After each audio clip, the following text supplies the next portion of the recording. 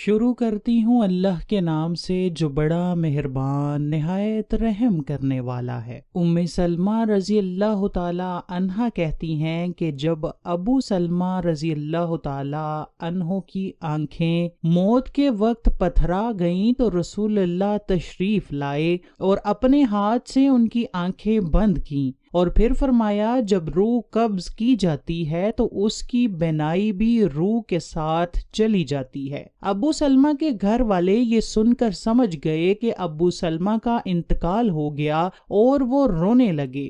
آپ صلی اللہ علیہ وسلم نے فرمایا اپنے نفسوں پر بھلائی کے سوا اور کوئی دعا نہ کرو، اس لیے کہ اس وقت جو کچھ تمہاری زبان سے نکلتا ہے فرشتے اس پر آمین کہتے ہیں۔ اس کے بعد آپ نے فرمایا اے اللہ ابو سلمہ کو بخش دے اور ان کا مرتبہ بلند فرما کر ان لوگوں میں ان کو شامل فرما دے جن کو راہ مستقیم دکھائی گئی ہے، اور ان کی پسماندگان کی کارسازی فرما، اور اے تمام جہانوں کے پروردگار ہم کو اور ان کو بخش دے اور ان کی قبر میں کشادگی فرما اور اس کو منور کر دے۔ اس حدیث میں نبی اکرم صلی اللہ علیہ وسلم نے ابو سلمہ کے لیے قبر کو کشادہ کرنے اور قبر کو نور سے منور کر دینے کی دعا فرمائی۔ ثابت ہوا ہے کہ مومن کی قبر کو اللہ تعالیٰ نور سے منور فرما دیتا ہے، اور کافر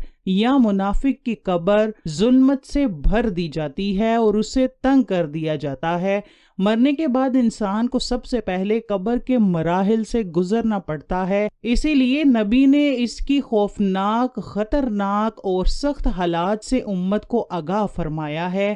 اسی لیے تو آپ نے فرمایا ہے کہ اگر مجھے اس بات کا ڈر نہ ہوتا کہ تم مردے ہی دفن کرنا چھوڑ دو گے تو میں اللہ تعالیٰ سے دعا کرتا کہ وہ تمہیں بھی عذاب قبر سنا دے جس طرح کہ میں سنتا ہوں۔ صحابہ کرام بھی قبر کے تصور سے لرزہ براندام رہتے تھے۔ بے شک رسول اللہ نے ارشاد فرمایا کہ قبر آخرت کی منزلوں میں سے پہلی منزل ہے، پس جس نے اس منزل سے نجات پائی اس کی بعد کی منزلیں آسان ہو گئیں، اور جس نے اس منزل سے نجات حاصل نہ کی اس کے بعد کی منزلیں بھی سخت و دشوار ہوں گی۔ رسول اللہ نے ارشاد فرمایا کہ میں نے کبھی کوئی منظر قبر سے زیادہ سخت نہیں دیکھا۔ حضرت ابو ہریرہ رضی اللہ تعالی عنہ فرماتے ہیں کہ رسول اللہ نے فرمایا کہ مردہ کو جب قبر میں ڈال کر لوگ واپس آتے ہیں تو وہ ان کے جوتوں کی آواز سنتا ہے۔ اگر وہ مردہ مومن ہوتا ہے تو نماز اس کے سر کے پاس،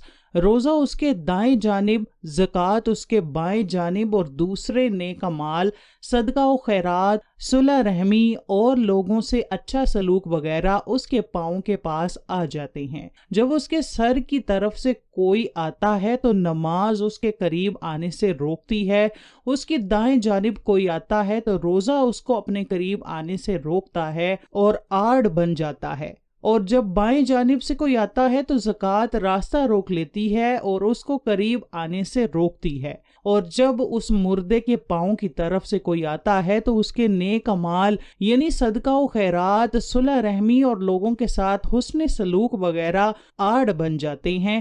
پھر اس سے کہا جاتا ہے کہ بیٹھ جاؤ، چنانچہ وہ بیٹھ جاتا ہے، اور اس کو سورج ایسے دکھائی دیتا ہے جیسے غروب ہونے کو ہے۔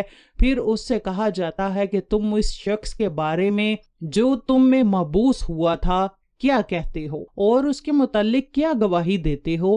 وہ کہتا ہے مجھے ذرا نماز پڑھ لینے دو۔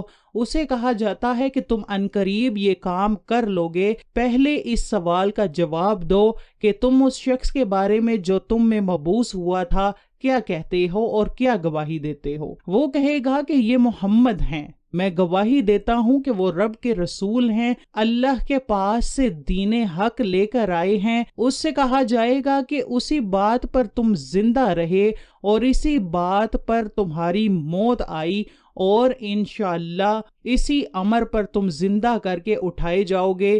اس کے بعد اس کے لیے جنت کا دروازہ کھولا جاتا ہے، جس کو دیکھ کر اس کی خوشی میں اضافہ ہو جاتا ہے۔ پھر اس کے سامنے دوزخ کا دروازہ کھولا جاتا ہے اور اس کو کہا جاتا ہے کہ اگر تو نافرمانی کرتا تو دوزخ میں تیرا یہ ٹھکانہ اللہ نے تیار کیا تھا۔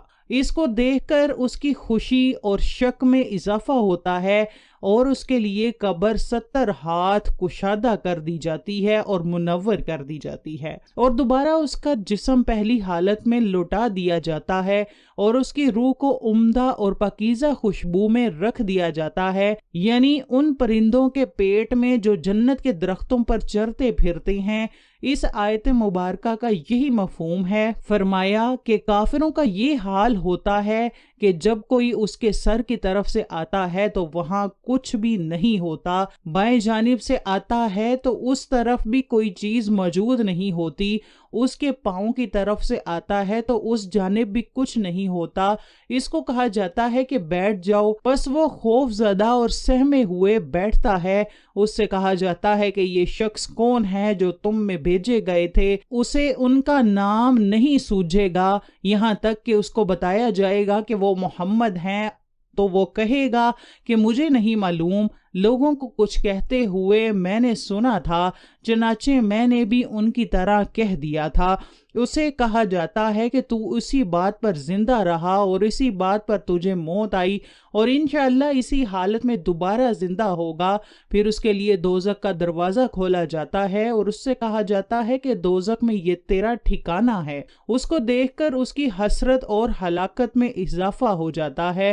پھر جنت کا دروازہ کھولا جاتا ہے اور اسے کہا جاتا ہے کہ اگر تو فرما برداری کرتا تو جنت میں یہ ٹھکانہ اللہ تعالیٰ نے تیرے لیے تیار کیا تھا۔ اس کو دیکھ کر اس کی حسرت اور ہلاکت اور بھی بڑھ جاتی ہے۔